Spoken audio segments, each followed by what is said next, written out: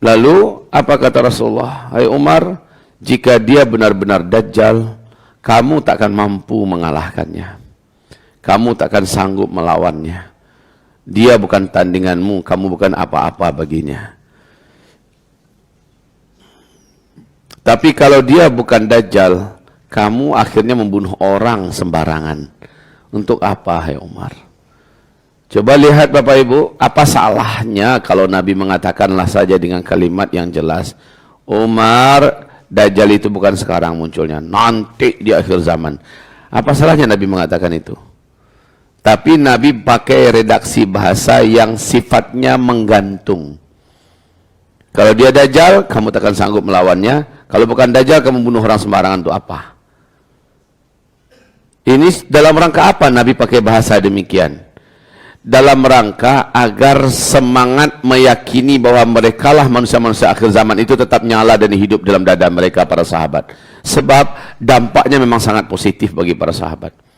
Dengan keyakinan para sahabat itu dengan bahwa mereka ini memang hidup di akhir zaman, bahwa tak lama lagi kiamat akan terjadi, akhirnya para sahabat benar-benar memaksimalkan keberadaan hidupnya di dunia untuk memperbanyak dan memperberat timbangan amal soleh mereka pada hari kiamat. Dan akhirnya mereka total di dalam mempersiapkan segala yang berbau akhirat. Mereka juga tidak mau bermain-main dengan waktu. Mereka maksimalkan dan mereka curahkan semua kemampuan mereka untuk membela agama Allah bersama Rasulullah SAW, karena mereka yakin ini sudah akhir zaman. Ternyata mereka semua meninggal. Tanda-tanda akhir zaman itu baru terjadi paling 5% di zaman hidup mereka.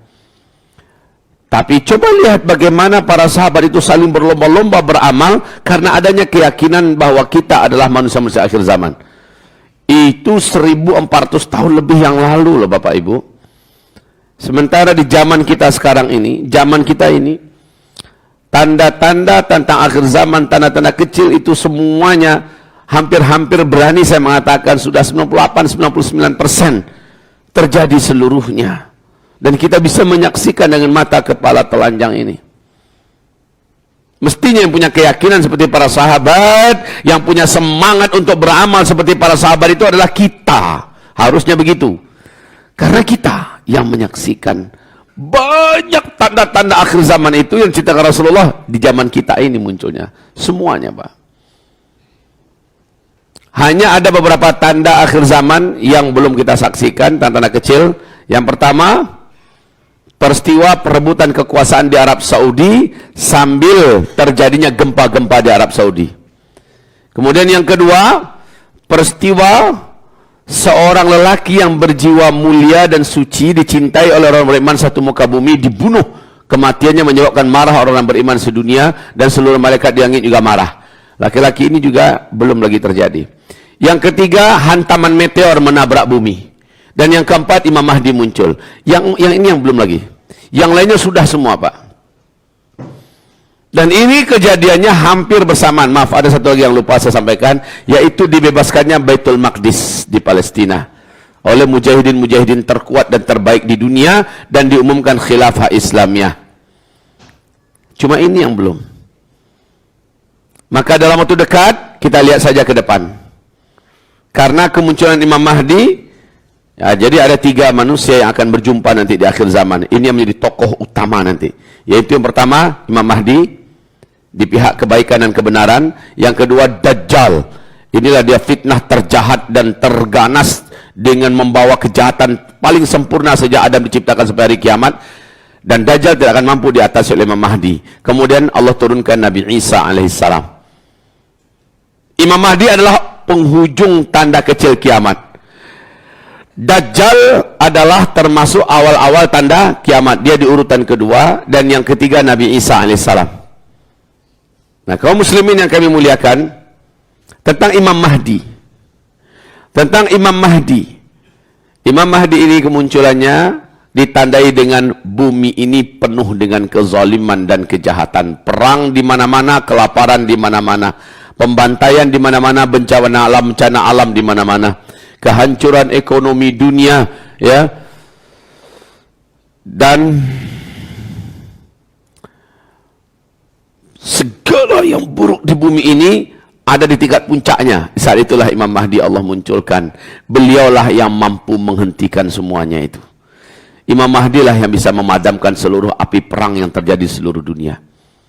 Imam Mahdi lah yang mampu mengembalikan kezaliman menuju kepada keadilan, di puncak keadilan, dibantu oleh Nabi Isa alaihissalam. Imam Mahdi lah yang asbab kemunculannya semua bencana-bencana alam yang mengerikan pun menjadi redup dan redam, kemudian menjadi tenang. Bumi ini cooling down. Imam Mahdi lah yang akan menghentikan semua kejahatan, mungkarat, dosa, kesesatan, kezaliman, kesyirikan, kemurtadan di muka bumi. Imam Mahdi.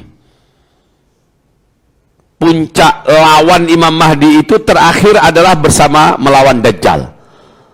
Dan Dajjal tidak mampu diatasi karena Dajjal hanya bisa diakhiri oleh Nabi Isa alaihissalam. Makanya Allah turunkan. Hampir saja Imam Mahdi dibunuh oleh Dajjal. Nah, tanda-tanda kemunculan Imam Mahdi ini dengan singkat saja saya sebutkan. Sekarang banyak yang sudah meyakini bahwa Imam Mahdi itu sudah di kehidupan kita. Cuma tidak bisa dipastikan beliau saat ini di mana. Tapi tanda-tanda dari kelahirannya sudah dikasih. Dan itu sudah nampak. Lebih kurang 38-39 tahun yang lalu. Padahal dia dibaiat nanti di usia 40 tahun. Saya hanya memberikan indikasi. Jika indikasi ini ada, hak. Jika indikasi ini tidak ada, maka berarti belum. Begitu aja kesimpulan kita. Indikasi pertama, coba kita lihat besok ini, Raja Salman ini kira-kira meninggal dunia tidak?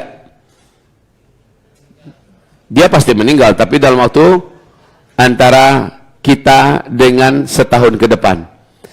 Jika Raja Salman meninggal dunia, yang kedua, apakah 3 pangeran di Arab Saudi ini berkelahi memperebutkan kekuasaan memimpin Mekah, Madinah, dan Arab Saudi apa tidak? Siapa mereka? Yang pertama, Mut'im bin Abdullah. Abdullah adalah Raja Arab Saudi sebelum Raja Salman, yang anak kandungnya sebenarnya sudah dipersiapkan untuk menjadi raja.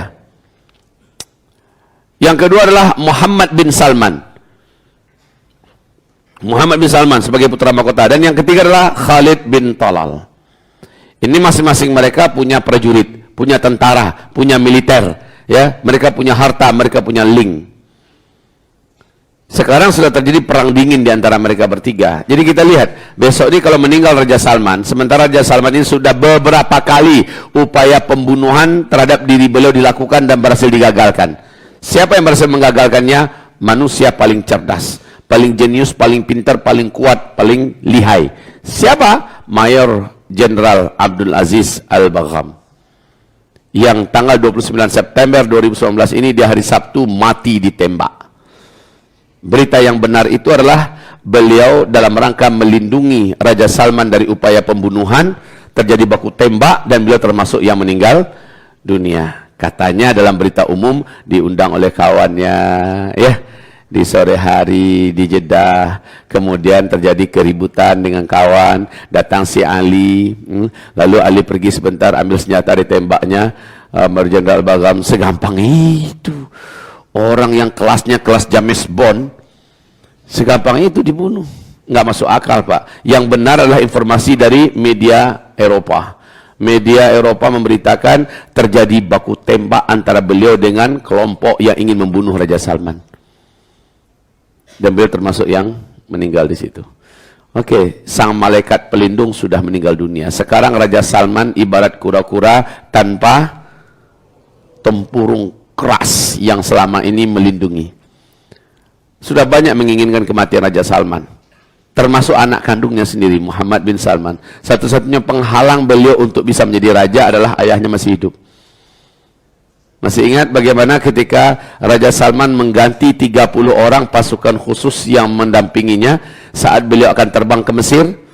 Diganti keseluruhnya 30 orang ini. Menjadi berita dunia itu. Diganti dan dibawakan pasukan khusus pribadi Raja Salman. Jadi yang 30 orang itu diganti siapa? Dari Muhammad bin Salman. Sebab pihak intelijen Raja Salman mengendus adanya rencana busuk untuk menghabisi Raja Salman di luar negeri oleh pasukan internal yang mendampingi. Jadi ada beberapa kali upaya sebenarnya membunuh Raja Salman. Oke, Raja Salman tanpa pengawal yang sehebat dan sejenius Mayor Jenderal Abdul Aziz Al-Bagham ini apakah akan selamat ke depan. Allahu a'lam, kita doakan semoga beliau dijaga oleh Allah. Karena beliau memang orang yang soleh, orang yang taat. Sayangnya dia diuji oleh Allah dengan anak yang macam ini, yang penjahat macam ini. Seperti Nabi Nuh diuji oleh Allah dengan Kan'an. Bapak Ibu, hamba-hamba Allah yang kami muliakan. Nah, 3 orang pangeran ini lagi perang dingin, Pak. Mereka menanti-nanti Raja Salman mati. Kita lihat nih, kematian Raja Salman apakah normal? Karena memang beliau sudah 83 tahun usianya. Dan beliau juga penyakitan. Apakah karena dibunuh? Dengan cara diracunkah orangnya? Dengan cara apa? Wallahu alam. Semoga Allah jaga beliau. Terus setelah itu terjadi perkelahian perebutan kekuasaan. Kalau seandainya perkelahian perebutan kekuasaan itu benar-benar terjadi, maka satu lagi yang perlu diingat. Nabi mengatakan di akhir zaman nanti umatku akan terhalang melaksanakan ibadah haji dan umroh. Kenapa terhalang? Alasannya adalah ketika terjadi perselisihan dan pertikaian hebat, perang saudara, perebutan kekuasaan mengandalkan militer masing-masing, maka apakah Arab Saudi sebagai penjaga Mekah Madinah masih aman? Tidak akan aman, Pak. Pasti Arab Saudi juga akan menutup airport-airport mereka dari orang-orang yang akan melaksanakan ibadah haji dan umroh. Dan seperti Indonesia juga pasti akan melarang rakyatnya berangkat. Jangan lagi perang di sana. Kan begitu, Pak ya? Jadi kata Nabi, di akhir zaman akan ada nanti saatnya umatku terhalang melaksanakan ibadah haji dan umroh gara-gara perang saudara di kerajaan Arab Saudi ini. Nah, jika itu terjadi, ya, maka finalnya yang keempat. Apakah di tahun yang sama terjadi gempa-gempa di Arab Saudi, khususnya Mekah, Madinah dan sekitarnya? Jika iya, maka fix di tahun itulah Imam Mahdi muncul dan dibaiat di depan Ka'bah. Itu kuncinya, Pak.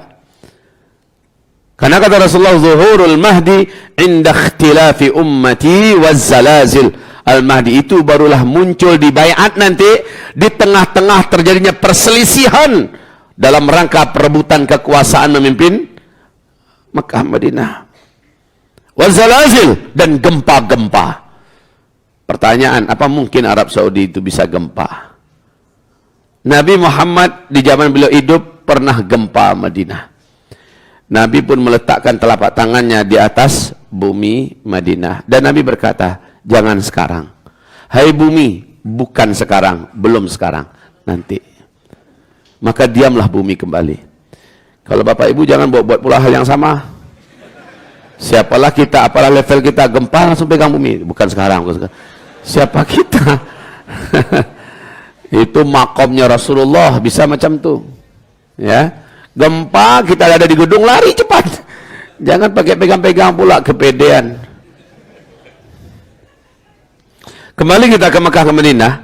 Keyakinan para sahabat seluruhnya yakin, kalau sempat Mekah Madinah gempa, berarti dosa-dosa secara vulgar dan telanjang sudah dibuat tanpa menutup-nutupi lagi. Nah, hari inilah kita saksikan sejak 3 tahun belakangan ini, ketika Muhammad bin Salman sudah mengambil alih tampuk kekuasaan ya secara de facto di Arab Saudi sekarang, maka Arab Saudi yang dulu terkenal sebagai negeri yang menjunjung tinggi norma-norma, ya kan, sangat melindungi jalannya syariat Islam, hari ini sudah menjadi negara yang liberal.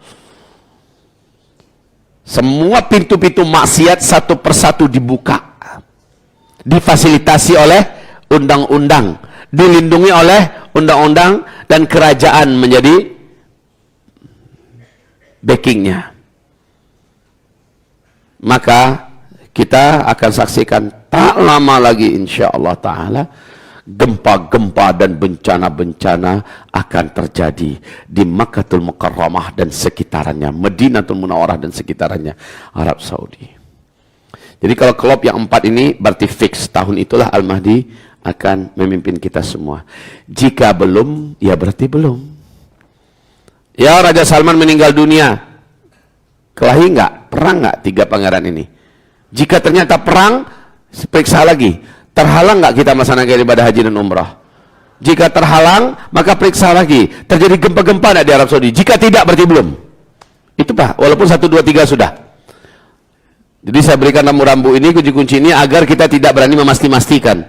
gitu ya. Kepastiannya ada pada terjadinya 4 rambu ini. Itu berkaitan dengan Arab Saudi. Tentang bahwa terjadinya 2 kali gerhana dalam 1 bulan Ramadan di akhir zaman sebagai pertanda kelahiran sosok Al-Mahdi, bahwa ini sudah diumumkan di bulan Ramadan pada tahun 1981 di Jazirah Arabiah. Terjadi memang 2 kali gerhana dalam 1 bulan Ramadan, dan itu kalau di tahun 1941 berarti sekarang sudah 2019 ya, berarti usia lelaki yang kelak akan menjadi Al-Mahdi itu sekarang sudah usia 38 secara Masehi. Secara Hijriah sudah 39 dong, kan begitu kan? Berarti nunggu 1 tahun saja lagi. Sebab apa? Nabiullah SAW bersabda, Al-Mahdi itu dibaiat pada usia 40 tahun. Tanda-tanda kemunculan Al-Mahdi sudah diperlihatkan oleh Allah semuanya. Salah satunya juga termasuk diantaranya Arab Saudi, kawasan sekitaran Mekah, Madinah sudah mulai dibungkus salju. Sejak 2009 sampai sekarang salju sudah terus turun. Rasulullah berkata, Al-Mahdi itu nanti dibaiat, kamu wajib, Al-Mahdi itu nanti muncul, kalian wajib datang kepadanya, berbaiatlah kepadanya walaupun merangkak di atas salju. Tanda-tanda kemunculan Al-Mahdi yang lainnya seperti Arab Saudi tadi. Arab Saudi sudah menjadi brutal, sudah menjadi jahat, sudah menjadi zalim, sudah melepaskan simpul demi simpul syariat Islam, dan sudah membuka pintu-pintu maksiat, sudah dibuat sekarang. Al-Mahdi muncul di masa-masa fitnah di negeri Syam di akhir zaman. Syam itu di mana? Syria, Palestina, Yordania, Lebanon. Hari ini kaum muslimin puncak fitnah akan terjadi di Palestina, di mana Israel bertekad 2019 akhir dan 2020 seluruh Palestina harus sudah menjadi milik Israel. Itu tekad mereka, apapun yang terjadi. Dan betul Pak, waktu bombardir yang terjadi di Gaza, itu bahkan negara-negara pengkhianat seperti Uni Emirat Arab, seperti Mesir, mereka ikut menerbangkan pesawat-pesawat mereka untuk membombardir Palestina. Ya Allah. Jadi insya Allah Bapak Ibu akan saksikan bahwa tak lama lagi kemudian Allah akan datangkan tentara-tentara terbaik, terkuat untuk menaklukkan Baitul Maqdis insya Allah Ta'ala. Pertanyaan kita, apa mungkin tentara-tentara terbaik itu akan membebaskan Baitul Maqdis? Kenapa tidak mungkin? Masalahnya kalau mengandalkan Brigadir Izzuddin Al-Qassam yang ada di Gaza, sayap tempur Hamas, kalau mereka, kita yakin mereka takkan mampu melakukannya. Sebab apa? Sebab Israel sampai memiliki militer yang sangat tangguh di dunia, dengan persenjataan yang terhebat di dunia, ya. Walaupun Israel tekeok-keok melawan, tahu tekeok-keok Pak? Melawan pertahanan Brigadir Izzuddin Al-Qassam ini, tapi untuk bisa mengalahkan Israel masih terlalu jauh. Kenapa demikian? Karena di belakang Israel adalah Amerika. Nah, siapa kira-kira yang bisa ya di kondisi sekarang ini? Saya melihat hadis Nabi bahwa yang akan membebaskan, ini hadis sahih Imam Muslim, yang akan membebaskan Baitul Maqdis di akhir zaman adalah bala tentara Allah yang terkuat dan tidak pernah bisa dikalahkan. Siapa kira-kira Pak?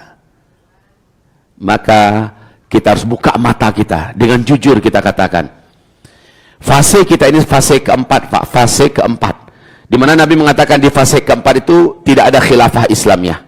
Fase kita sekarang ini fase keempat, tidak ada khilafah Islamnya, tidak ada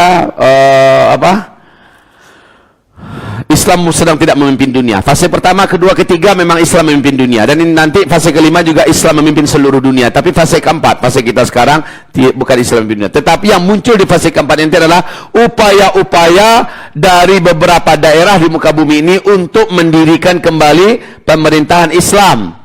Disebut dengan imarat Islamiyah, kata Rasulullah. Tsumma takunu imaratin, kemudian bermuncullah imarat. Nah, imarat-imarat yang pernah muncul semuanya berhasil diberangus oleh Amerika dan PBB. Dikeroyok rame-rame Pak. Muncul imarat Islamiyah Mali. Habis Pak, dikeroyok rame-rame. Sebentar saja umurnya. Muncul Emirat Islamiyah Kaukasus, habis disikat. Muncul Emirat Islamiyah Yaman, habis disikat. Emirat Islamiyah di Afrika bermunculan, dah habis disikat. Kalau di Indonesia itu adalah DITII yang dulunya Pak, habis disikat.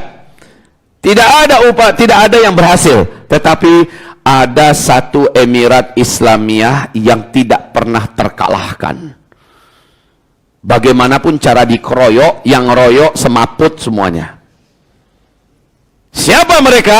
Emirat Islamiyah Taliban di Afghanistan. Ini tak terkalahkan. Tidak terkalahkan. Bapak Ibu, pertama bumi ini selepas fase ketiga berakhir, bumi ini dikuasai oleh dua kekuatan besar, yaitu sebelah timur dipegang oleh Uni Soviet, ya kan? Uni Soviet, sebelah barat dipegang oleh Amerika Serikat. Uni Soviet ingin mencoba menaklukkan Emirat Islamiyah Taliban. Semua kekuatan militernya, semua persenjataannya, teknologinya, ekonominya dikerahkan untuk memberangus Emirat Islamiyah Taliban. Walaupun saat itu Emirat Islamiyah Taliban dibantu dan ditolong oleh Amerika dengan cara dari belakang, tetap saja ya, yang terkedepan itu adalah mereka-mereka para mujahidin ini. Tumbanglah Uni Soviet, berkeping-keping menjadi negara kecil, dan akhirnya bumi dikuasai oleh satu superpower saja, Amerika Serikat. Sekarang giliran Amerika menganggap inilah musuh sejati, yaitu Emirat Islamiyah Taliban. Karena Emirat Islamiyah Taliban hanya mengumumkan satu saja, yaitu syariat Islam, tidak ada yang lain. Yang akan dijalankan, diterapkan adalah syariat Islam. Kemudian kaum muslimin kami muliakan dikeroyok, diajak seluruh sekutu Amerika, dibawa PBB, NATO juga dibawa, dikeroyok. Yang ngeroyok satu persatu kewalahan, habis sumber daya mereka. Inggris menarik diri, Prancis menarik diri, Jerman menarik diri, semua NATO menarik diri, mengaku keok Pak. Tinggal Amerika malu muka, mau mundur gimana, mau maju sudah jelas nggak sanggup. Mereka mencoba bertahan, akhirnya sakaratul maut ekonomi Amerika. Sekarang negara terhutang yang paling besar hutang di dunia itu adalah Amerika Pak.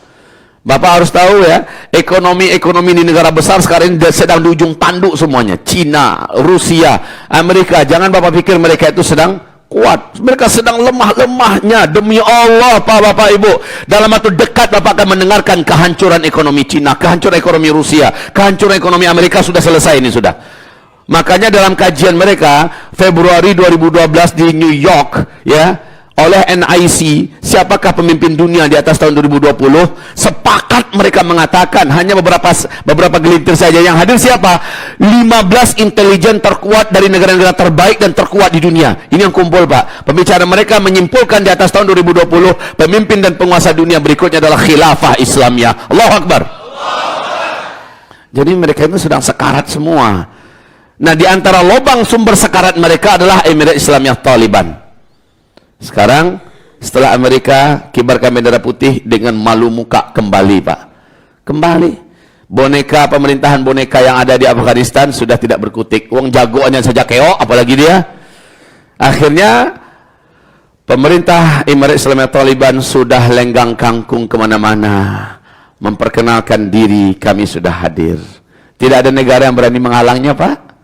Tidak ada satupun negara yang berani mencegat utusan Emirat Islamiyah Taliban resmi atas nama pemerintahan Islam Emirat Islamiyah Taliban. Masya Allah, mereka mempersiapkan pasukan sekarang sambil menjaga stabilitas keamanan dan kekuatan militernya. Mereka mempersiapkan pasukan khusus untuk dikirimkan ke Syam. Bapak tahu kira-kira ngapain mereka kalau ke Syam? Nolong Suriah? Enggak. Ngapain mereka? Target utama mereka sudah mereka umumkan, yaitu membebaskan Masjidil Aqsa. Allahu Akbar. Maka saya sangat yakin Bapak Ibu, nanti mujahidin terbaik di Palestina akan merapat bersatu dengan pasukan Emirat Islamiyah Taliban. Saya sangat yakin mujahidin terbaik yang ada di Suriah nanti itu akan juga bersatu merapat ke pasukan elit yang dikirimkan dari Emirat Islamiyah Taliban. Rasulullah mengatakan yang akan membaik Imam Mahdi nanti dari pasukan-pasukan terbaik di dunia, ciri fisik mereka Mereka jangkung-jangkung, kurus-kurus, pakaian mereka begini, dan sorban mereka begini, dan itu mirip dengan, benar-benar mirip dengan pakaian asli orang-orang Afghanistan. Mereka memiliki akhlak yang mulia, hati mereka sekuat gunung dan sebesar gunung. Jika mereka melewati gunung dan mereka ingin memindahkannya, pasti mereka pindahkan gunung-gunung itu. Mereka selalu bertempur dan mereka tidak pernah dikalahkan. Mereka selalu bertempur dan mereka tidak pernah dikalahkan. Mereka memiliki cara tempur yang belum pernah ada manusia sebelumnya bertempur seperti mereka. Pertanyaan saya, kan pernah euforia nih, itu adalah dari Indonesia, pasukan bendera hitam. Saya hormat sih, saya juga berharap gede rasa sedikit, maunya Indonesia. Tetapi ciri-ciri itu nggak mirip dengan kita. Kayak gitu masalahnya. Mereka itu langsing-langsing kata Rasulullah. Kita coba lihat nih, tinggi-tinggi kata Rasulullah. Kita coba. Hidung juga tahu diri dong lah ya. Dan akhlak mereka mulia-mulia, mereka berhati seperti gunung, ya. Mereka memiliki hati seperti gunung, tinggi, besar, cita-cita mereka besar. Yang dikalahkannya juga besar-besar, Pak. Ini Soviet kalah oleh mereka. Amerika Serikat bukan main-main, Pak. Kalau umat Islam Indonesia mah kegedean rasa. No, tanggal 21, 22 Mei saja udah menceret-menceret kita, Pak. Dan mereka selalu bertempur, mereka mengalahkan dan tidak pernah dikalahkan, itulah mereka. Betul tidak? Jadi insyaallah, bismillah. Dibebaskan nanti Baitul Maqdis insyaallah ta'ala. Dan dalam iman saya sangat yakin Baitul Maqdis akan ditolong oleh Allah melalui tentara-tentara terbaik ini. Saya yakin Brigadir Izzuddin Al-Qassam, mujahid-mujahid terbaik Suriah, dan bersama dengan mujahidin Taliban yang di dalam juga ada Al-Qaeda akan bersatu nanti, Pak. Baitul Maqdis dibebaskan. Maka kata Rasulullah, hai Ibnu Hawalah, ketika Baitul Maqdis nanti dibebaskan, dengarkan baik-baik, khilafah Islamiyah akan diumumkan di sana.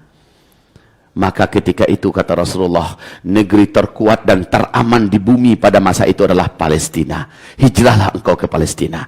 Saat itu Umranu Maqdis kharabu Yathrib. Saat itu Baitul Maqdis dan sekitarnya mulai makmur dan tenang, kuat, sementara Yathrib yaitu Madinatul Munawwarah sedang kacau-kacaunya. Sebentar lagi, Pak.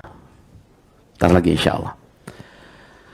Nah, kaum muslimin yang kami muliakan, jika demikian barulah kita mendengar Al-Mahdi nanti di bai'at.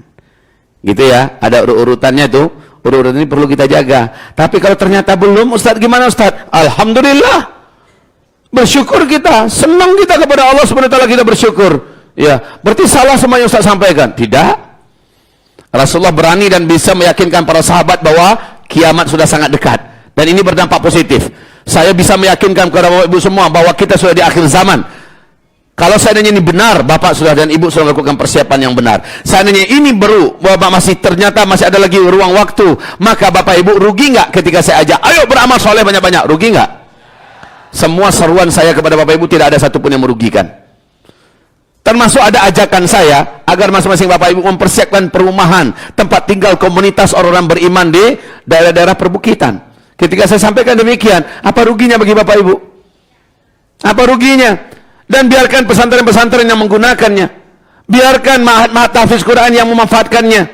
Ketika terjadi huru-hara, kita sudah punya satu tempat bersama yang akan kita datangi dan kita saling melindungi saat itu. Apa ruginya? Pahala mengalir. Ketika terjadi benar, kita sudah punya lokasi. Betul tidak? Saya ajak Bapak Ibu, ayo Bapak Ibu dari sekarang ayo kita jadikan uang-uang kita menjadi emas. Ada ruginya nggak itu? Ada juga tuntunan Rasulullah di akhir zaman nanti uang kertas kalian akan terbuang menjadi tidak ada harga dan kalian kembali menggunakan emas dan perak. Bill Gates sudah mengatakan dari 2018 kita sudah mulai mengalami krisis ekonomi yang mengerikan di dunia. Sebentar lagi Bapak Ibu akan menyaksikan kehancuran ekonomi dunia. Di mana mata uang yang ada, kertas yang ada tidak ada nilai. Yang punya emas lah yang akan tenang. Untuk Bapak Ibu ikuti perkembangan di Hong Kong. Warga Hong Kong sudah menarik dana-dana mereka dan mereka berlomba-lomba beli emas. Bahkan warga Tiongkok sendiri pun di televisi mereka juga mengumumkan bahwa banyak sekali warga mereka yang berlomba-lomba membeli emas. Cina sekarang menumpuk emas sebanyak-banyaknya mereka bisa. Amerika jangan dikata lagi, itu hantu emas itu. Ada emas dengan apapun mereka akan kumpulkan, mereka akan cari. Dan mereka yakin tak lama lagi dunia akan kembali menggunakan emas dan perak. Lah saya ajak Bapak Ibu, apalagi ajakan saya ini senyawa dengan seruan hasil ijtima ulama kita yang keempat, yang poin nomor 6. Masih ingat tidak? Apa poin nomor 6? Dihimbau dan diseru kepada seluruh umat Islam, umat Nabi Muhammad se-Indonesia agar segera menginvestasikan harta mereka menjadi mengkonversikan menjadi emas. Tapi disimpannya pribadi sekarang. Dan nyimpannya diam-diam. Ada duit sikit beli emas 1 kilo, 2 kilo, ada duit sikit. Kenapa ketawa? Kan cuma sekilo, Pak. Kilo. Mental-mental orang miskin kayak gitulah. Udahlah saya turunkan volumenya. Ada rezeki sedikit belah emas 1 gram, 2 gram.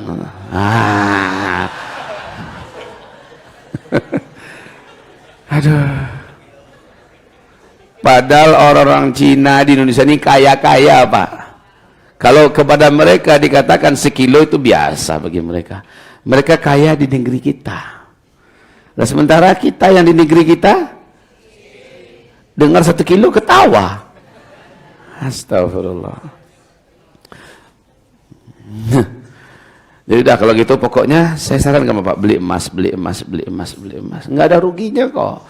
Dan emas itu kecenderungannya terus naik. Hampir sama dengan kita beli tanah. Kecenderungannya naik. Tapi baik Bapak Ibu yang kami muliakan, kita kembali kepada Dajjal. Kita kembali kepada Dajjal. Sekarang Dajjal udah lepas apa belum? Oh iya, siapa yang belum kenal dengan Dajjal? Yang belum kenal dengan Dajjal melalui pengajian maksud saya sudah? Kalau belum berkenalan dengan Dajjal termasuk saya juga belum, tapi kita mengenal dalam majelis ilmu sudah semua ya. Tolong angkat tangan yang sudah, angkat tangan dulu yang sudah, baik melalui YouTube melalui pengajian apa tentang Dajjal. Udah belum? Ini ada setengah hati angkat tangan, emang kenapa? Setengah mendengar gitu Bu. Baik, ini papan tulis akan Bapak belur sebentar lagi oleh saya. Jadi Bapak Ibu yang kami muliakan, saya akan sampaikan selintas tentang masalah Dajjal ini, tapi nanti tolong buka di Uzma Media TV channel ya. Oh begitu, ada. Ya ini saya memang. Di atas tuh. Uzma Media TV channel. Bapak Ibu yang kami muliakan, minta maaf kalau ternyata yang di gambarnya lebih gagah daripada yang nampak.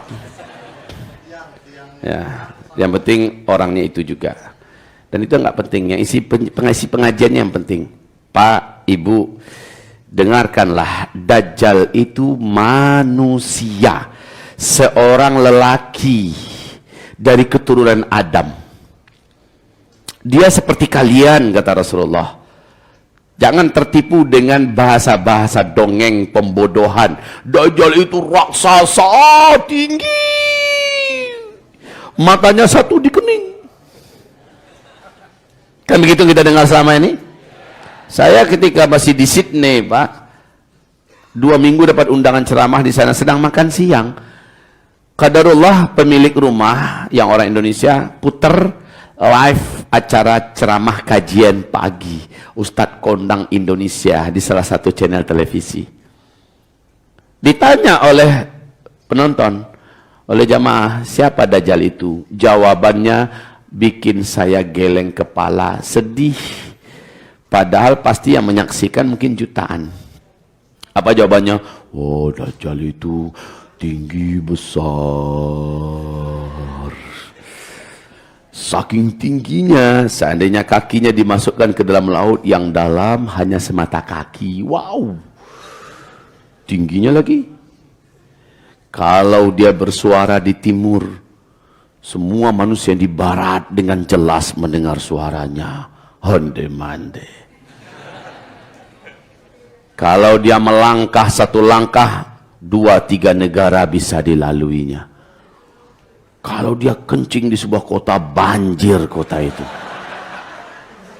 Di televisi ngomongnya kayak gitu. Ya Allah ya Rabb, berdoalah hamba Allah yang fakir ini kepada Allah. Ya Rabb, izinkan hamba suatu hari kelak bisa menyampaikan tentang Dajjal ini di televisi ini ya Allah.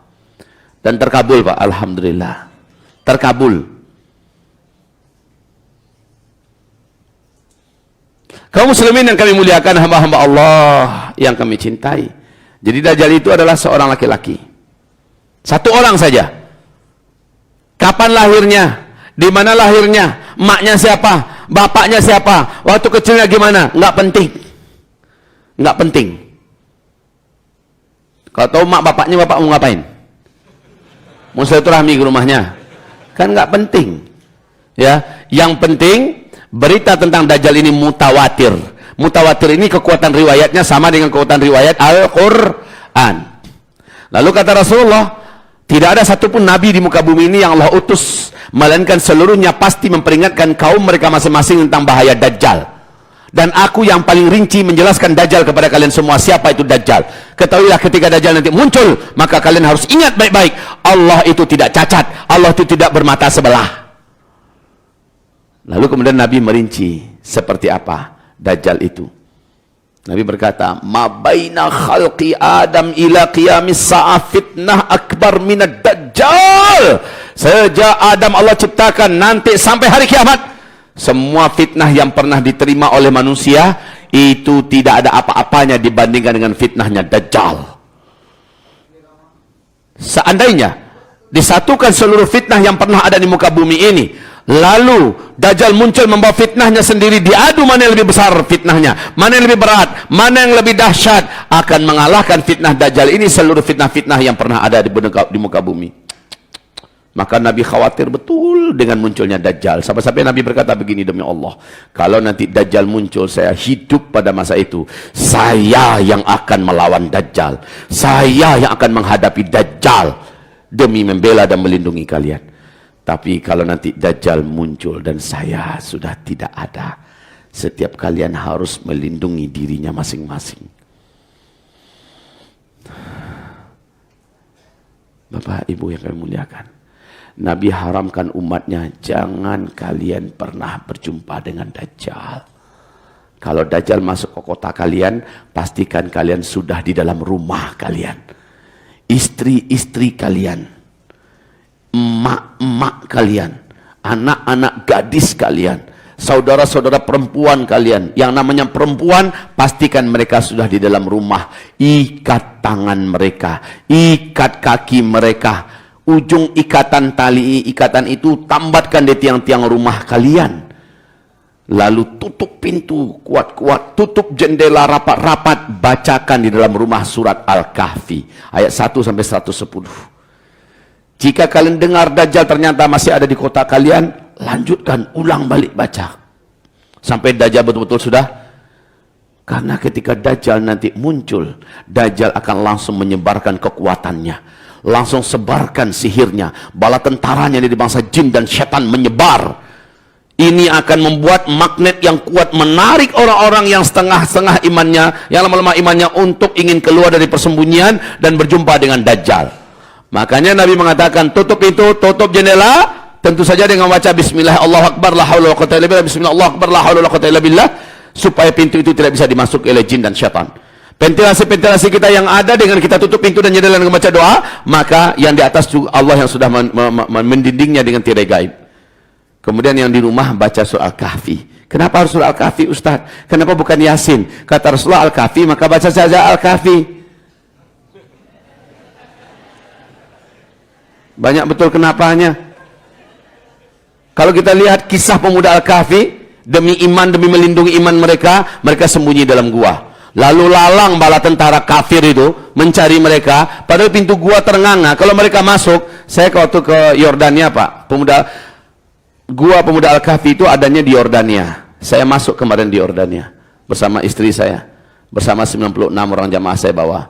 Masuk kami, ya Allah, lalu lalang itu gampang aja untuk masuk. Lihat sebentar. Enggaklah besar ruangannya, cuma 4x6 ruangan gua itu. Cogokkan kepala sedikit ke dalam, cogokkan pula apa namanya? Nongolkan aja kepala ke dalam sedikit, cogokkan itu bahasa Padang Bapak Ibu. Bapak Ibu akan bebas melihat. Tapi kenapa ya? Kok macam nggak nampak oleh yang lalu lalang ini, bala tentara aja hari ini. Allah yang waja'alna min baini aidihim sadda wa min khalfihim saddan fa'aghshaynahum fahum la yubsirun. Allah tutupi. Dan ini akan terjadi dengan rumah-rumah kita yang di dalamnya baca surah Al-Kahfi. Kisah pemuda Al-Kahfi inspirasi untuk perlindungan orang-orang yang beriman di akhir zaman dari Dajjal dan bala tentara Dajjal. Saking kuatnya fitnah Dajjal ini, kata Rasulullah sallallahu alaihi wasallam, kenapa tidak kuat, Pak? Seluruh setan dengan segala kejahatan dan kekuatan yang mereka miliki bergabung dengan Dajjal, dengan sukarela menjadi bala tentara Dajjal. Apapun diperintahkan Dajjal mereka jalankan. Bapak bisa bayangkan kemampuan setan, Pak. Satu setan yang bernama Ifrit saja di zaman Nabi Sulaiman. Ditanya oleh Nabi Sulaiman, siapa di antara kalian yang bisa mendatangkan singgasana Ratu Bilqis dalam waktu yang sangat cepat? Ifrit unjuk muka dan berkata, saya. Berapa lama kamu butuh waktu? Sebelum Tuan berdiri tempat duduk Tuan, saya sudah bawa singgasana itu kemari. Padahal jaraknya ribuan mil loh, Pak. Bapak bayangkan kemampuan yang dimiliki oleh setan. Alhamdulillah muncul hamba Allah dari kalangan manusia. Dia adalah wali Allah dan dia berkata, saya wahai Nabi Allah. Berapa lama waktu yang kamu butuhkan? Sekejap matamu. Sebelum engkau percikan matamu, dia sudah ada di sini dengan izin Allah. Maka minderlah si Ifrit, karena ada yang lebih kuat daripadanya, itu wali Allah ini. Cep, langsung terjadi di depan. Nah, kaum muslimin, bayangkan kekuatan yang dimiliki oleh setan. Seluruh setan satu muka bumi menjadi bala tentaranya Dajjal. Iblis laknatullah alaih sebagai pucuk pimpinan tertinggi bangsa jin yang kafir kepada Allah dan setan-setan, seluruhnya dikomandokan oleh iblis agar berkhidmat kepada Dajjal. Dengan ini Bapak bisa bayangkan ketika Dajjal masuk ke kota manapun, karena kata Rasulullah hanya dua kota yang Dajjal diharamkan masuk, Mekah dan Madinah. Nanti Dajjal masuk kota manapun, ini kota apa namanya? Bekasi. Insya Allah Dajjal sampai ke Bekasi. Insya Allah, saya nggak perlu pakai amin, karena dia pasti. Dajjal pasti akan masuk kota Bekasi. Dan Nabi mengatakan, jangan pernah keluar. Nanti kata Rasul, ada seorang lelaki yang merasa imannya sudah sangat kuat. Dan dia sangat yakin bahwa imannya ini takkan berubah kalau dia berjumpa dengan Dajjal. Maka keluarlah dia. Ingin nantang-nantangin Dajjal. Ingin debat dengan Dajjal. Saat dia melihat Dajjal dan Dajjal melihat kepadanya, kekuatan makar dan sihir yang ada pada Dajjal menjadikan laki-laki ini murtad dan kafir kepada Allah. Dia pun sujud menyembah Dajjal, padahal tadi imannya sangat kuat. Maka Uzma ini, Zulkifli Muhammad Ali ini, insya Allah bukan ini yang laki-laki itu ya, amin. Sekuat apapun iman Uzma, atau mungkin orang yang paling kuat iman kita, siapa umpamanya, siapa aja kayak pokoknya, coba-coba menemui Dajjal dengan sukarela, kecuali kalau kita ketangkap diseret ke depan Dajjal lain hal ya. Ini dengan sukarela kita ketemu, maka pasti rontok iman ini orang ini di depan Dajjal. Ketika orang Dajjalnya sudah pergi meninggalkan kotanya, laki-laki itu tetap akan kafir kepada Allah sampai dia mati. Siapapun yang beriman kepada Dajjal, dia tetap kafir sampai dia mati dan dia menjadi kekal dalam neraka jahanam selama-lamanya. Wahai bapak dan ibu sekalian, hamba-hamba Allah yang saya muliakan, ketahuilah 2/3 manusia yang ada di muka bumi ini nanti saat Dajjal muncul akan sujud menyembah Dajjal. 2/3 manusia. Kalau manusia berapa sekarang jumlahnya di muka bumi? Sampai enggak 9 miliar?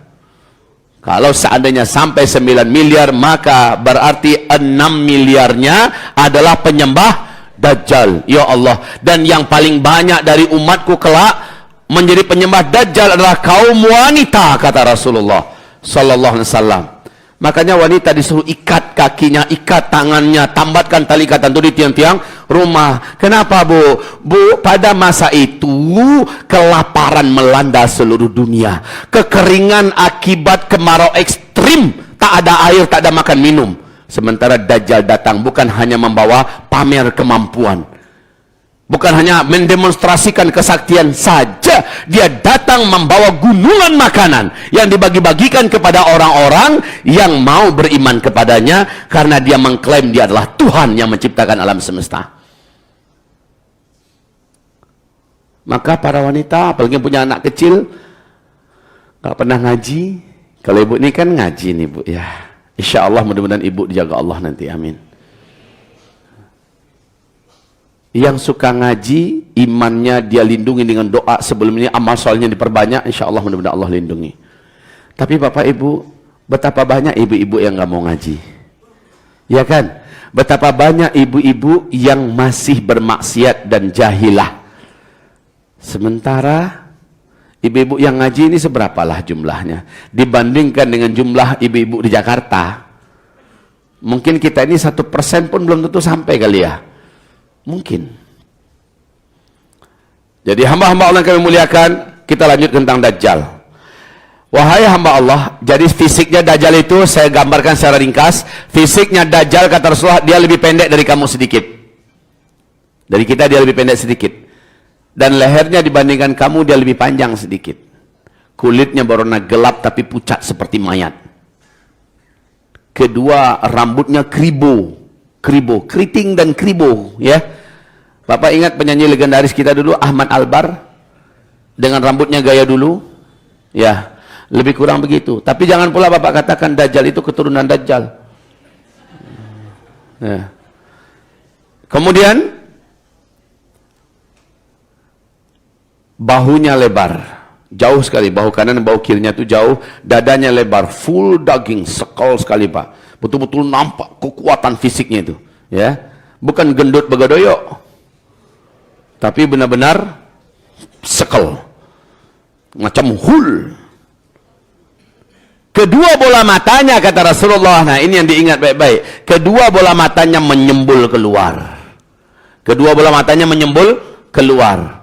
Hanya saja bola matanya sebelah kanan tertutupi oleh daging kening yang meleleh, menutupi, dan ujung daging kening yang meleleh itu nempel di pipi. Sisa daging kening yang meleleh itu bergelantungan seperti dahak atau seperti jengger ayam, menjijikkan.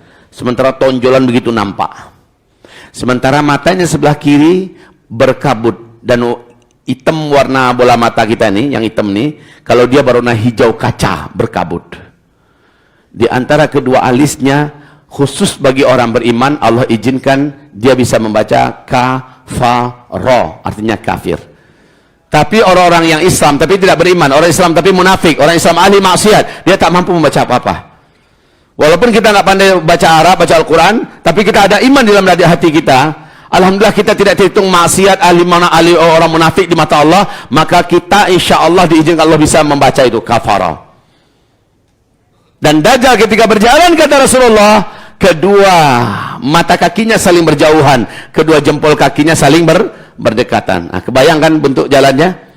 Sempurna nggak jeleknya tuh? Jelek. Tetapi kata Rasulullah, kemanapun Dajjal masuk, di negeri manapun Dajjal datang, wanita-wanita tercantik di daerah itu akan mengurumuni Dajjal dan menjadi pelayan-pelayan seks Dajjal. Ya, wanita cantik yang ahli maksiat, bukan wanita cantik beriman. Bapak ganteng-ganteng, istrinya pas-pasan. Lah Dajjal itu Masya Allah, na'udzubillah, jeleknya minta ampun. Perempuan yang didatanginya, yang mendatanginya, cuantik. Bukan itu yang penting, fitnahnya itu yang dahsyat. Dajjal menawarkan diri sebagai Tuhan.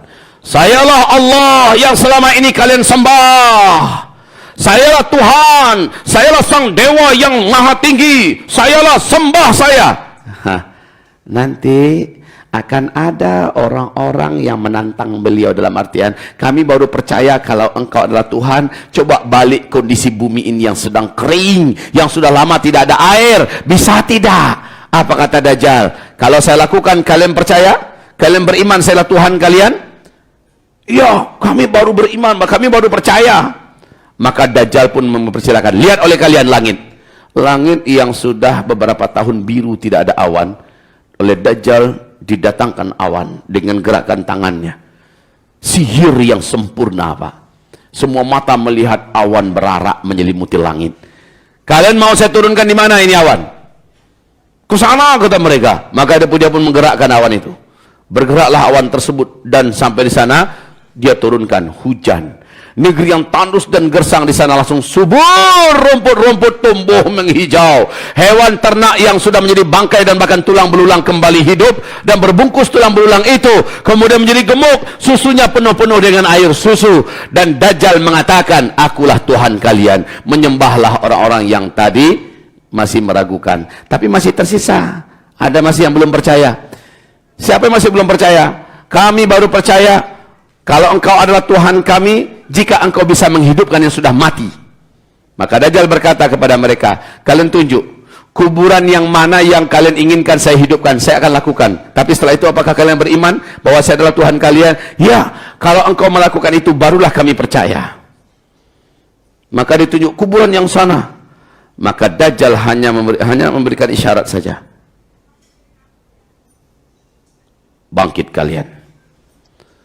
Terbelah langsung kuburan itu semasing-masingnya, dan keluarlah setiap orang yang dulu pernah dikuburkan di sana, muncul kembali dalam wujud yang masih utuh, seolah masih hidup, ya belum dikuburkan, utuh kembali keluar semuanya dan berjalan, dan masing-masing mendatangi keluarganya. Wahai istriku, inilah Tuhan yang selama ini kita sembah, lihat abangmu sudah dihidupkannya.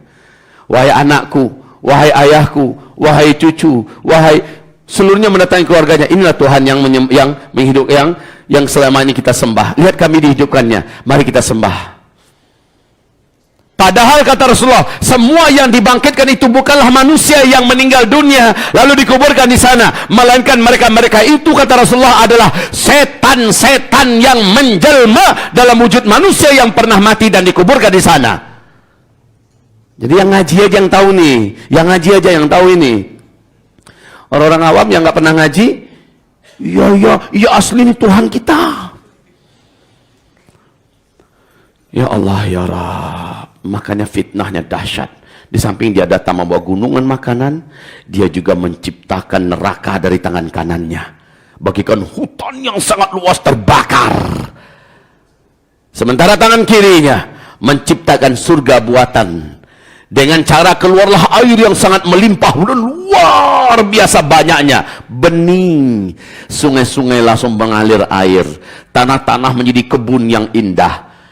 Masih ada segelintir orang yang masih belum mau beriman walaupun sudah, ya. Bisa jadi orang-orang itu adalah diantaranya kita, na'udzubillah.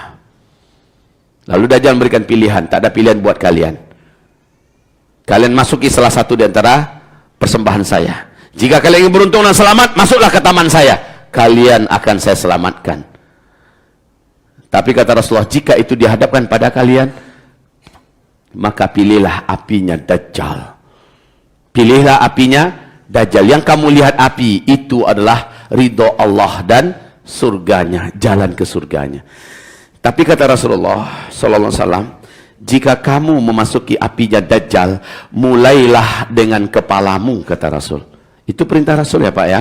Bisa jadi nanti kita ketangkep, lalu kita diseret menghadap kepada Dajjal. Di depan Dajjal kita lindungi diri kita dengan membaca surah Al-Kahfi, ayat pertama sampai 10, atau ayat terakhir dari ayat 101 sampai 110. Kita baca supaya sihirnya tidak kena. Nah, Dajjal akan paksa kita. Maka kata Rasulullah, pilihlah api nerakanya Dajjal. Apa langkah pertama di depan apinya Dajjal itu? Kepala kita masukkan ke dalam. Kamu akan merasakan sejuknya api Dajjal itu, sejuk. Lalu hiruplah. Kamu akan merasakan seperti air bening yang sejuk masuk ke dalam perut kamu. Lalu masukkan seluruh badan ke dalamnya. Kita pun husnul khatimah, syahid insyaallah. Jangan pakai dicicip-cicipin sedikit. Panas nggak ya? Panas nggak ya? Ya panas. Jadi benar-benar lah, ikuti petuah Rasulullah ya, ikuti nasihatnya. Nabi seperintahkan kepala dulu. Bapak Ibu, ini Bapak jangan menyangka-nyangka, ini laba lagi, Saya akan buktikan pada Bapak sebentar lagi insya Allah. Alhamdulillah, ternyata 2 papan tulis kita. Hah? Mana? Wah, ini masjid nih. Besok undang lagi saya kemari. Kalau 3 macam ini gua mah demen banget. Ya, baik Bapak Ibu yang kami muliakan. Jadi jangan sesekali Bapak Ibu menyelisihi apa kata Rasulullah. Disuruh baca Al-Kahfi, yang dibaca Yasin. Kan gitu kan? Disuruh baca Al-Kahfi, yang diandalkan malah baca ayat kursi. Ini Dajjal nih. Allahu la ilaha. Nggak bisa begitu. Ayat kursi. Maaf. Surah Al-Kahfi, surah Al-Kahfi. Baik. Sekarang, menurut Bapak Ibu, Dajjal sudah keluar apa belum ya? Di manakah Dajjal? Kapan dia akan keluar? Saya jawab semuanya. Di dalam hadis sahih riwayat Imam Muslim diceritakan oleh Fatimah binti Qais yang bercerita kepada Rasulullah adalah sumber berita, namanya Tamim Ad-Dari. Hadis ini oleh para ahli hadis terkenal dengan sebutan atau digelari dengan hadis Al-Jassasah. Apa arti Al-Jassasah? Mata-mata. Jadi judul hadis ini adalah Al-Jassasah. Tokoh dalam hadis ini adalah Rasulullah dengan Tamim Ad-Dari dan Dajjal. Tamim Ad-Dari ini orang Kristen. Dia adalah seorang kapten kapal. Dia datang kepada Nabi Muhammad dan menyatakan syahadatnya masuk Islam. Lalu dia bercerita kenapa dia masuk Islam. Dia berkata, saya ini seorang kapten kapal. Saya punya 20 awak kapal. Di hadis yang lain diriwayatkan 30 awak kapal. Di tengah laut Yaman, ombak laut menggila setinggi-tinggi gunung. Hujan lebat, langit gelap, petir menyambar angin sangat kencang, kami kehilangan kendali.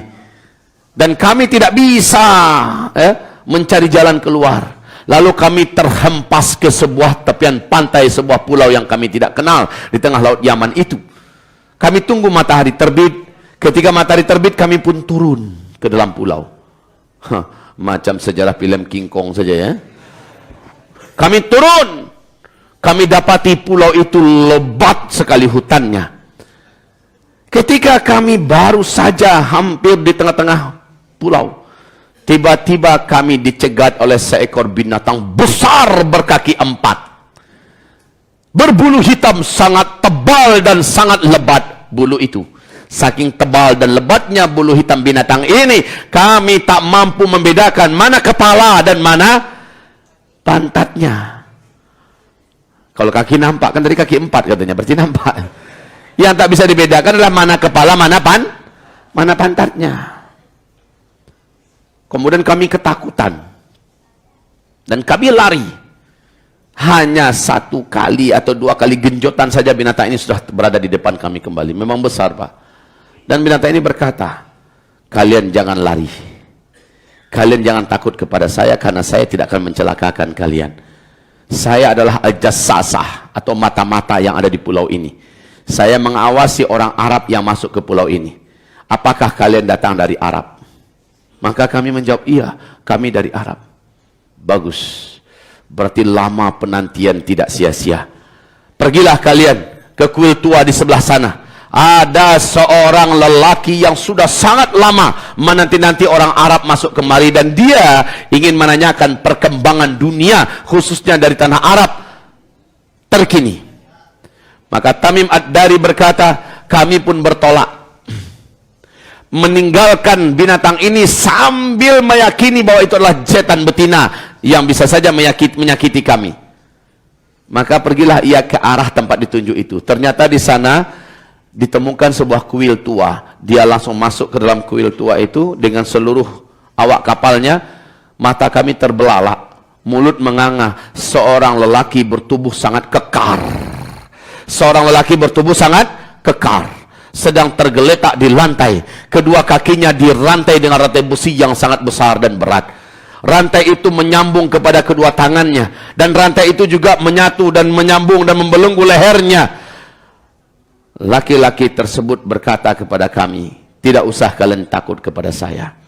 Saya takkan bisa menyakiti kalian hari ini. Ternyata laki-laki yang terikat itu Di ujung hadis Nabi mengatakan, laki-laki yang ditemukan oleh Tamim Ad-Dari ini, ketahuilah oleh kalian, dialah Dajjal. Berarti Dajjal saat itu sudah seorang laki-laki sedang terikat dengan rantai besi yang berat. Dan dia yang terikat bukan hanya fisiknya saja, tapi kemampuan dan kesaktiannya juga ditahan oleh Allah Subhanahu wa ta'ala. Singkatnya, dia bertanya, apakah kalian sudah mendengar di Arab ada seorang lelaki ummi mengaku-ngaku sebagai nabi penutup, nabi terakhir, namanya Ahmad atau Muhammad? Tamim Ad-Dari dan kawan-kawan menjawab, ya, dia sudah muncul. Kalau bahasa kitanya nih Pak, saking girangnya, yes. Kenapa yes? Berarti janji Allah kepada lepasnya Dajjal ini sudah dekat. Karena syarat Dajjal lepas adalah Nabi Muhammad diutus dulu. Makanya para sahabat itu yakin Tamim Ad-Dari, Ibnu Sayyad adalah Dajjal. Lalu dia bertanya tentang tanda-tanda saya dilepaskan dari borgol ini, dari rantai-rantai ini adalah ada 3. Dan 3-tiganya itu di Palestina, wahai Bapak Ibu. Di mana? Nanti tolong dilihat dibuka di muka, mungkin ada buku judulnya Ensiklopedia Akhir Zaman oleh Syekh Dr. Muhammad Ahmad Al-Mubayyad. Coba perhatikan di buku itu, ada uraian detail sekali tentang masalah Dajjal. Ini dalil-dalilnya, semua diceritakan Nabi. Coba lihat. Di dalam hadis itu si Dajjal bertanya, kalian tahu tidak tentang kalian tahu tidak tentang Danau Tiberias?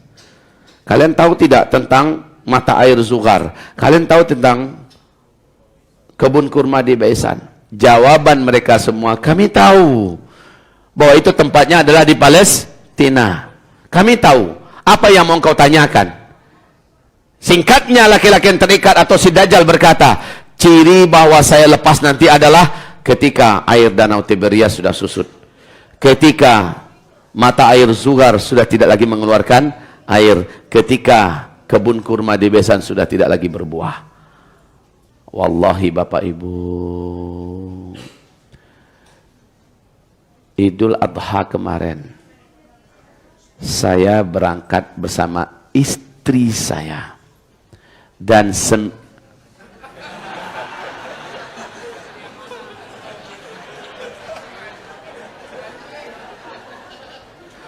jadi haus.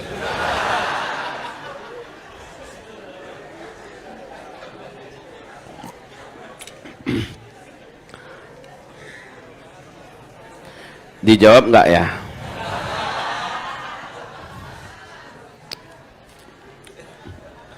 Rasanya enggak ada hubungannya itu.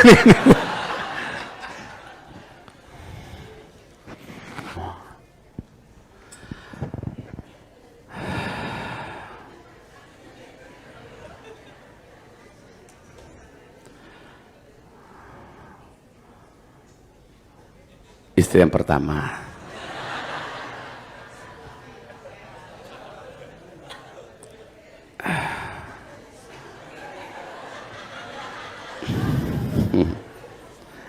Alhamdulillah. Rakyat dan warga setempat di sana tuh bingung, Pak. Kenapa bingung? Istri pertama, istri kedua, istri ketiga, istri keempat bisa bertetangga. Bisa kayak kakak adik. Apa kata warga? Ustadz, kasih kami dong bacaan-bacaannya.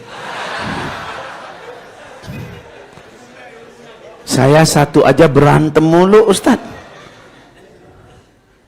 Ini bukan masalah bacaan. Ini bukan masalah bacaan. Ada juga yang kasih dong kami resepnya apa untuk bisa, Ustadz. Kami juga pengen. Saya katakan, la in syakartum la azidannakum. Sungguh jika kamu bersyukur, aku akan tambah. Yang pertama syukuri dulu. Gimana cara mensyukur yang pertama? Jadikan dia wanita beriman yang benar-benar beriman. Jadikan dia wanita solehah yang benar-benar takut kepada Allah. Jadikan dia wanita yang berilmu, yang taat beribadah. Hasilnya Allah akan melihat kita sudah mensyukuri nikmat. Setelah kita lihat Allah sudah melihat kita mensyukuri nikmat, la azidannakum. aku pasti akan tambah. Tapi kalau belum, jangan. Istri kita malah dengan kita malah jadi lebih longgar agamanya. Setelah dengan kita, istri kita malah menjadi tidak bertambah-tambah ilmunya. Dulu jilbabnya dalam, sekarang jadi jilbab koboi. Nggak jadi. Habis itu buktikan pada Allah. Jadi pembuktiannya perlu kepada Allah. Nanti Allah yang akan atur. Macam istri saya ini, Masya Allah, dia yang telepon calon istri kedua.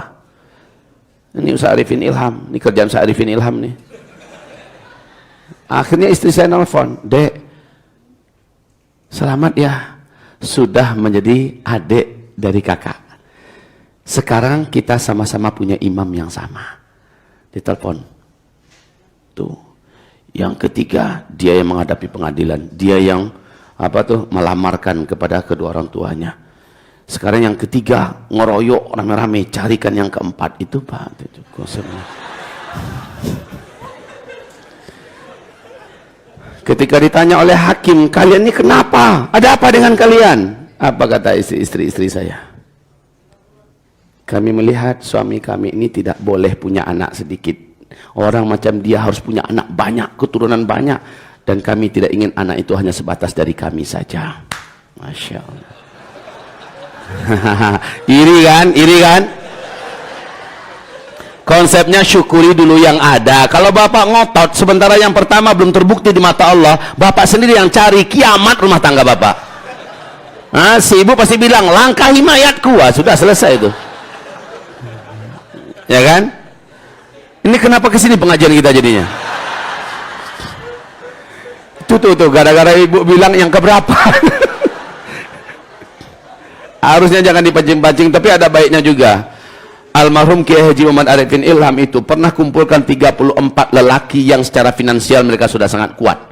Dan mereka juga sudah menyatakan pada Ustaz Arifin siap untuk berpoligami. Katanya istrinya sudah izinkan. Lalu alhamdulillah saya diundang. Mana Pak Subarkah? Yang memperkenalkan saya beristri 4 tadi itu siapa? Pak Subarkah ya. Beliau ini cari garah-garah aja. Ya, terpaksa saya belak-belakan pada umat. Baik, memang saya nggak pernah sembunyi juga. Bapak Ibu, Ustaz Arifin bilang, abang katanya, ini udah siap semua abang. Tolong abang motivasi mereka, kasih mereka ilmu. Saya katakan, Ustaz nggak nyesel nih. Saya yang memberikan nasihat. Kenapa bang?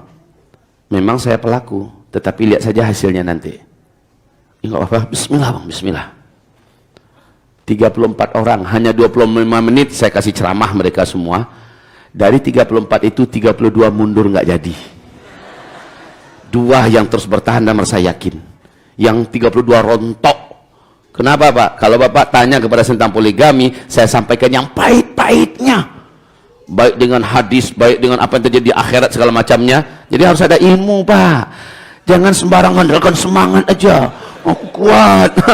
Lalu terus ngapain? Fulusku ada, terus ngapain? Ilmu nggak ada, kiamat. Mundur 32, 2 yang bertahan. Nggak tahu tuh yang 2 itu jadi apa enggak. Nyesel Ustaz Arifin Ilham saya kasih nasihat. Jadi ibu jangan khawatir. Ada pula ibu-ibu, jangan berteman dengan Uzma. Kenapa nanti kamu ketularan? Beberapa ustadz juga begitu, datang pada saya, mereka diskusi tentang poligami, mundur, nggak jadi. Sementara mereka melihat rumah tangga kita, mereka iri. Ya udahlah, rezeki masing-masing. Sudahlah, lain kali jangan pancing-pancing ya. Sampai di mana kita tadi?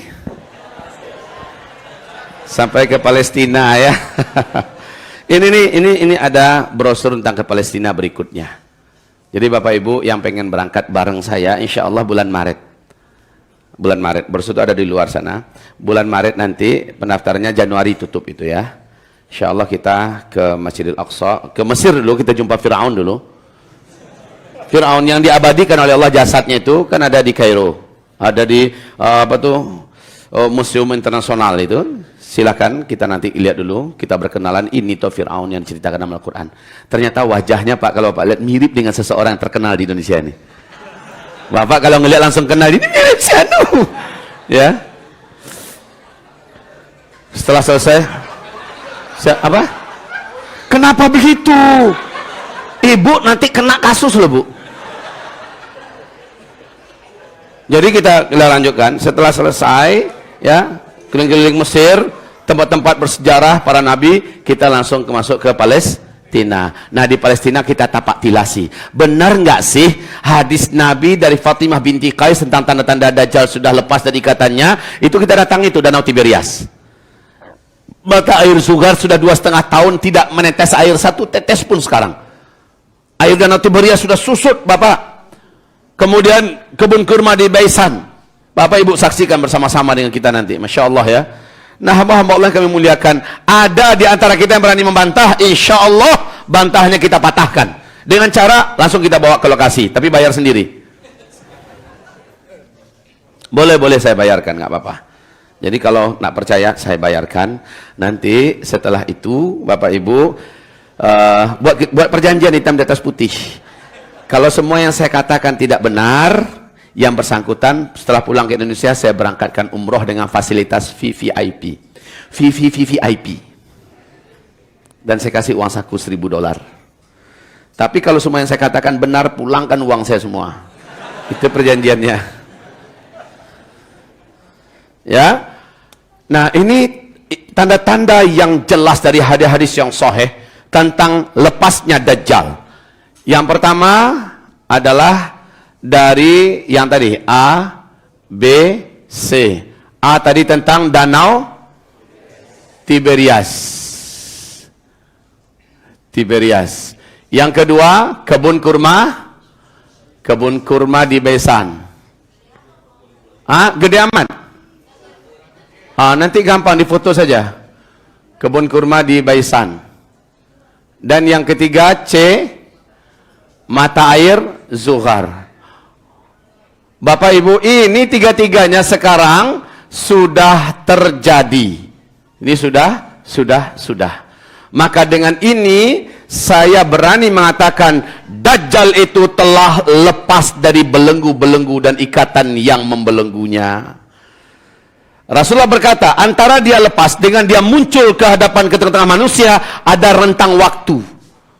Rasul mengatakan 40, saya tidak tahu, karena juga tidak ada dijelaskan 40 apa, 40 jam, 40 hari, 40 minggu, 40 bulan, atau 40 apa. Yang jelas, dengan tanda-tanda ini Dajjal telah lepas. Dan dalam hadis riwayat Imam Ahmad, Rasulullah berkata, ketika Dajjal lepas, kerjaan paling pertama Dajjal adalah membebaskan seluruh setan-setan terkuat, setan-setan terjahat yang dipenjarakan oleh Nabiullah Sulaiman alaihi salam. Itu yang dikerjakan oleh Dajjal sekarang. Berarti setan-setan terjahat itu hari ini telah lepas. Kemudian yang kedua, Rasulullah berkata sallallahu alaihi wasallam, Dajjal nanti akan membunuh seorang pemuda, puncak usia remaja menuju dewasa. Yang pemuda itu tidak takut kepadanya, tidak mau tunduk kepadanya, tidak mempan oleh sihirnya Dajjal, tidak tembus oleh hipnotisnya, tidak bisa diiming-imingi dengan apa saja. Pemuda ini betul-betul kuat imannya. Ketika Dajjal paksa dia untuk sujud, dia tetap tidak mau. Akhirnya kata Rasulullah, dijambaknya rambut anak muda ini dan tangannya sebelah kanan menggenggam gergaji, dibelahnya hidup-hidup. Dibelah, terbelahlah, keluar benaknya, keluar isi dadanya, sumburatlah isi perutnya, tergeletak badan terbelah. Dajjal bertanya kepada para pengikutnya dan para penyembahnya, kalian perhatikan baik-baik, jika ini bisa saya hidupkan kembali, apakah kalian ada keraguan saya ini Tuhan kalian? Mereka mengatakan, tidak, kami semakin yakin engkau adalah Tuhan yang kami sembah sebenarnya. Maka Dajjal pun mengelilingi anak muda ini satu kali keliling. Sambil mulutnya berkomat kamit membaca mantra-mantra tertentu. Setelah itu Dajjal berkata, "Qum!" Lalu kata Rasulullah, dengan izin Allah, Allah pertautkan kembali badannya. Dan dia kembali utuh, berdiri dengan tegap di depan Dajjal. Darah masih bersimbah di lantai. Badannya masih bergelimang dan bersimbah dengan darah. Tapi dia sudah berdiri tegap di depan Dajjal. Lalu apa kata Dajjal? Hanya Tuhan yang bisa melakukan apa yang baru saya lakukan kepada kamu. Maka sembahlah saya sudah buktikan kepadamu ketuhanan saya.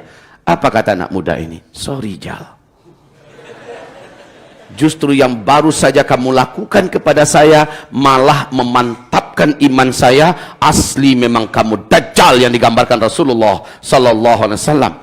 Rasul berkata, nanti akan ada seorang lelaki yang tidak mau tunduk kepada Dajjal, dibunuhnya, lalu Dajjal menghidupkannya kembali. Dan Rasul juga mengabarkan, hai Dajjal, setelah kamu membunuh saya tadi, kata Rasulullah, kamu tak akan mampu membunuh saya kali kedua. Nih. Dan kamu juga tidak akan bisa membunuh manusia manapun setelah hari ini. Allah telah cabut kuasa membunuhmu. Marah Dajjal, benar-benar marah ia, malu juga di depan pengikutnya. Maka dia loncat kembali ingin membunuh. Betul saja, kemampuannya untuk membunuh sudah dicabut oleh Allah Subhanahu wa taala. Lalu dia perintahkan anak buahnya, bala tentaranya, cincang anak muda ini. Mereka dengan sigap membantai dan mencincang anak muda itu. Apa kata Rasulullah? Itulah syahid teragung di akhir zaman.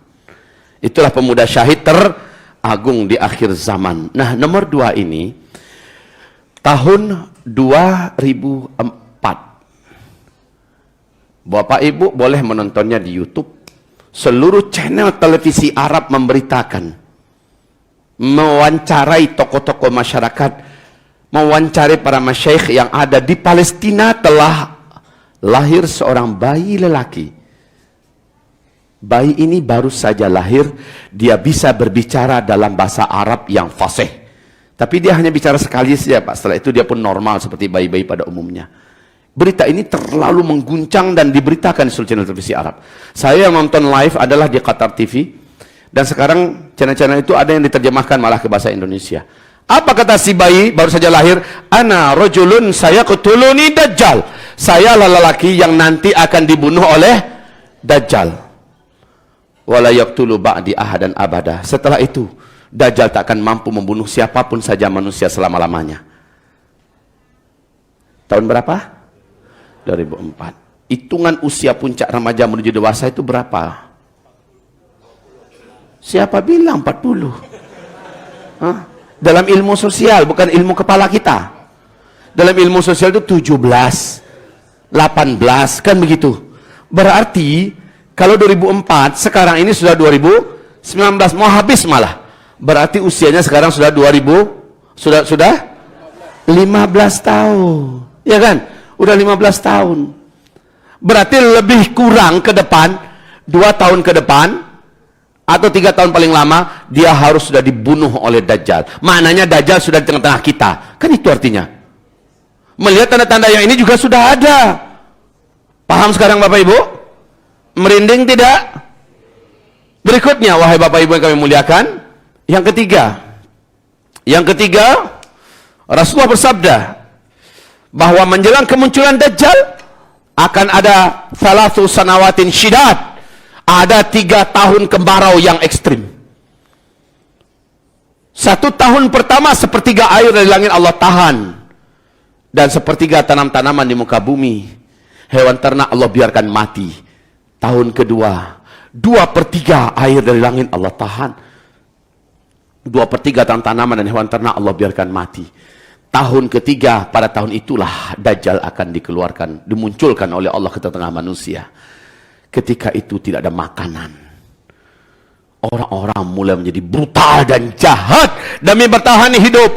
Orang mau membunuh kesana kemari agar dapat makan. Yang lemah-lemah akan membunuh dirinya karena tak sanggup lagi bertahan hidup. Bahkan kata Rasulullah, orang beriman lewat kuburan, mereka berkata, kalaulah aku yang di bawah tanah sana, alangkah ringannya hidup ini. Padahal itu ada orang beriman tuh Pak. Maka para sahabat bertanya, ya Rasulullah, jika zaman itu kami temukan, apa anjuran engkau untuk kami makan agar kami bisa bertahan hidup? Jawaban Nabi adalah, makan minum kalian pada masa itu adalah zikir. Subhanallah walhamdulillah wa la ilaha illallah wallahu akbar. Sama-sama, subhanallah walhamdulillah wa la ilaha ilaha illallah wallahu akbar. Terakhir subhanallah wal